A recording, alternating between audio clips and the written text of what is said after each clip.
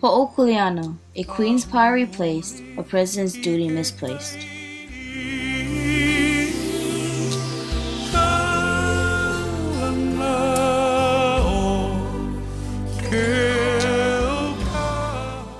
This year's National History Day theme is Rights and Responsibilities.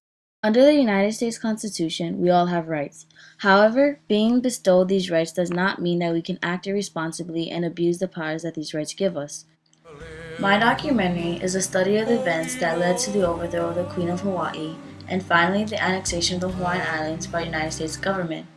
Ho'okuleana is the Hawaiian word for responsibility, but the real meaning is much deeper. It is more like a sacred privilege and responsibility. Ho'okuleana means recognizing the privileges we have because of what our ancestors have done for us. In the year 1898, Queen Liliuokalani is denied her ho'okuleana by a group of ambitious American businessmen living in Hawaii. The United States government stood by and did nothing to prevent these unlawful actions. One president, however, did try to help her. His name was Grover Cleveland. Sadly, he did not do enough to help the Queen and her people. In the end, he placed his faith in United States Congress to do right by the Hawaiian Queen and her people. Queen Liliuokalani was imprisoned in her own palace and eventually lost her Hawaiian Islands to the United States. The native people of Hawaii are Polynesian navigators who settled in the Hawaiian Islands about 300 AD. Over time, Hawaiian society grew distinct as communities were left for a long time. Hawaiians developed a social system with a ruling nobility and religious class. Ancient Hawaiian values and beliefs are very spiritual and show a deep connection to their island environment. When we go in hunting for wild pigs in the mountain, we usually leave back a piece of meat for thanking the mountain and the spirits around the mountain for providing us, with meat.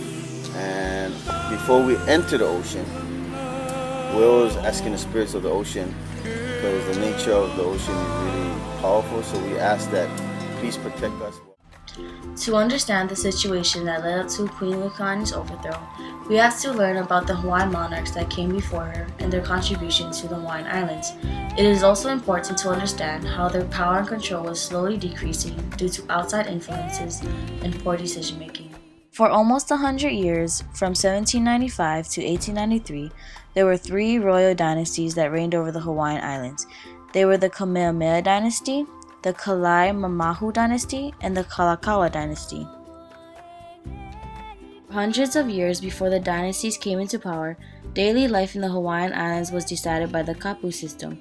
The kapu was based on sacred and ancient Hawaiian codes of conduct. The main influence of the Kamehameha Dynasty to the authority of the Hawaiian Islands were laws and regulations that formed a more constitutional form of government. The kapu system ended in favor of more Western laws. Under the Kamehameha Dynasty, the Edict of Toleration of 1839 gave freedom of religion to the Hawaiian people. In the year 1848, the Great Mahile allowed private ownership of land for the first time in Hawaii. Lunalilo, who never married, died on February 17, 1874, and did not name anyone to become his successor. The next elected king was Kalakaua of the Kalakaua Dynasty. This dynasty lasted from the year 1874 to 1893. Businessmen wanting more control started an anti-monarch movement under the leadership of Lorne Thurston. It is during Kalakaua's reign as king, under threat of arms, that he was forcibly made to sign the Bayonet Constitution by anti-monarchs. The Constitution took away personal authority from the monarchy and gave power to the legislature and governing cabinet. A revolt led by Robert Wilcox in the year 1889 against the Bayonet Treaty resulted in a few Hawaiians killed and several fatally injured. He died on January 1891, and in the same year, Queen Liliuokalani immediately ruled over the Hawaiian Islands. When Liliuokalani became queen over the Hawaiian Islands, she did her best to regain control and power for her and her people. First, she attempted to switch out her cabinet with native Hawaiians. The Hawaiian legislature voted out the Queen's U cabinet. In the year 1892, she appointed Hawaiian cabinet members 7 times, and the legislature promptly voted them out for lack of knowledge. Lorne Thurston visited Washington to ask for President Harrison's support for annexation of the Hawaiian Islands. Harrison understood the situation and was in favor for annexation. Next, the Queen created a new constitution. restoring the monarchy's power, removing property requirements for voting, and granting voting rights only to Native Hawaiians. The Queen announced that she had a new constitution ready, but her cabinet advised postponing its introduction. Two of her cabinet members had already leaked information about the document to Lauren Thurston's Annexation Club. Liliuokalani attempted to ask the United States Minister to Hawaii, John Stevens, for his support. He didn't give her any promises. In fact, he was the chief spy in the plot against her. On January 16, 1892, hundreds of Hawaiians united to support Queen Liliuokalani outside the palace, awaiting news for the new constitution. At the same time, the Committee of Safety appealed to Minister Stevens. At this point, events take a turn for the worst for the Queen and her people. The Committee of Safety demanded that Stevens ordered U.S. Marines anchored off the coast to come ashore, apparently to protect lives and property. Stevens agreed, and the Marines were taken to the station near the palace. The next day, Thurston asked Stevens to identify the temporary government with Sanford Dole as its president. Of course Stevens did, and the Marines seized control of the government buildings.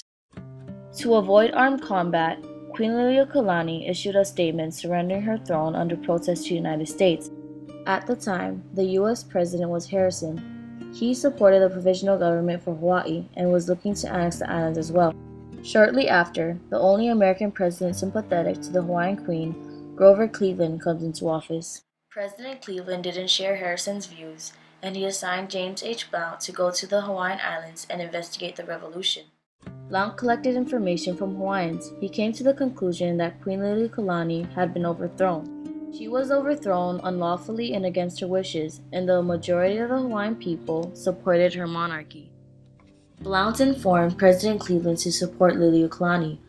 Cleveland rejected the violent takeover of the throne and wanted to do right by the Hawaiians and their queen. After denial by Sanford Dole and the provisional government, frustrated, Grover Cleveland presented the problem to Congress on December 18, 1893.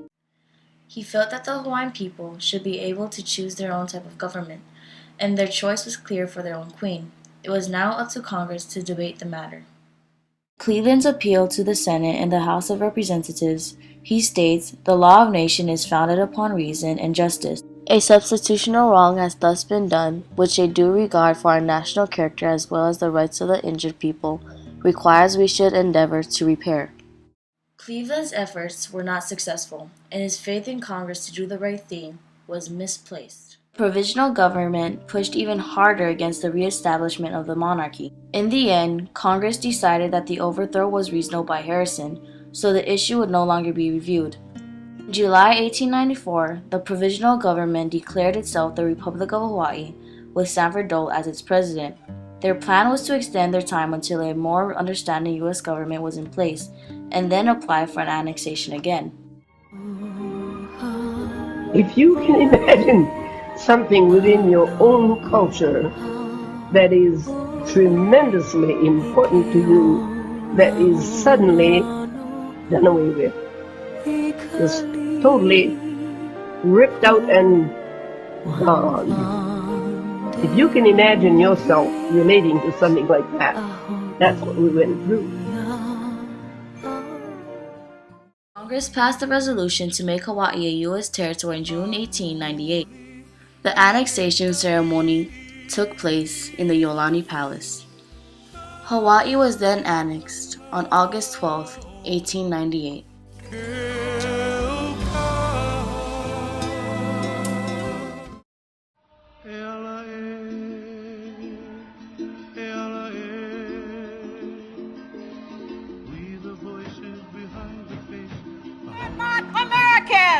We are not American! We are not American! We will die as Hawaiians! We will never be Americans! I'm Samoan and Hawaiian, raised in American Samoa. I always had knowledge of the history and culture of American Samoa, but did not know much about Hawaii's. Doing this project has taught me a lot about the sovereignty of the Hawaiian Islands. The courage and strength of a Hawaiian queen and her people are an inspiration not only to me, but to all Hawaiians.